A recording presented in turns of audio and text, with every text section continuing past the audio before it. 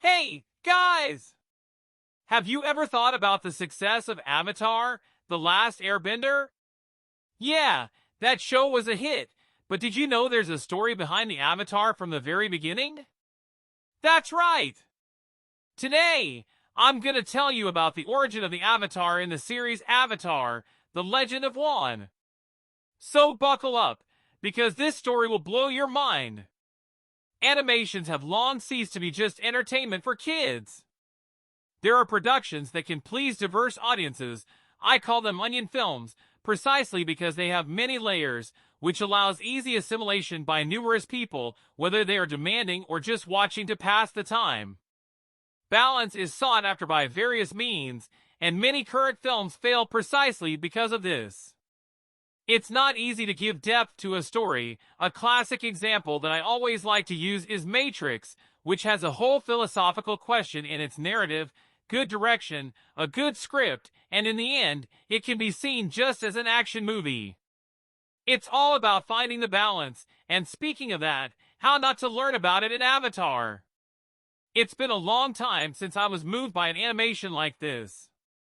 It's all about balance, one of the main themes of this magnificent work. Any resemblance to yin and yang is no mere coincidence. In 2 episodes of the second season, the story of Wan, the first Avatar, was shown, and for those who are not familiar, the Avatar is the only human capable of mastering the 4 elements: earth, water, fire, and air. With 2 episodes entitled Beginnings, we see that it takes place a long, long time ago. To emphasize this distance, a technical aspect was used, artisanal strokes that give a vague sensation that what we are watching is some fanciful tale bordering on the imaginary, which, despite being simpler, only added to the artistic value of these 2 episodes. Throughout the series, we saw glimpses of the past of several avatars, showing creativity and immense value for each character.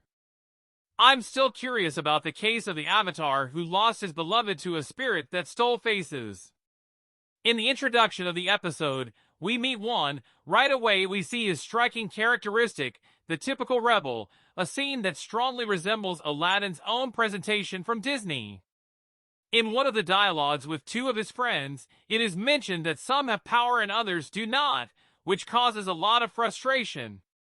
From this point, we see the construction of a protagonist's personality in search of his balance. When he uses his cunning to steal firebending, Wan seeks a way to end the injustices of his village, and despite having power in his hands, the altruistic thought never escaped his mind. All these factors throughout the journey are being brought out, to finally be presented with a very captivating character. Another interesting point is that no matter how many changes Wan made, always with the best intentions inspiring people, bad consequences are inevitable. Like humans taking over the space of the spirits and the release of Vaatu. New conflicts will always arise. The duality of everything is very well portrayed, which reflects precisely the whole message of the series, where the Avatar's role is precisely to be the balance, to inspire all humanity. Vaatu and Rava, light and darkness, evil and good, concepts that are always linked to their opposites.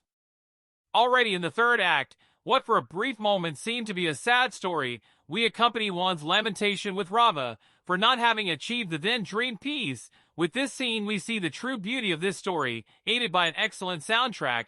The hero makes his last lamentations before death. However, an exciting contrast is created since we know that this is only the beginning of a long and beautiful journey, a legacy that will be continuous with the rebirth of the next life. Demonstrated with the sound of birth.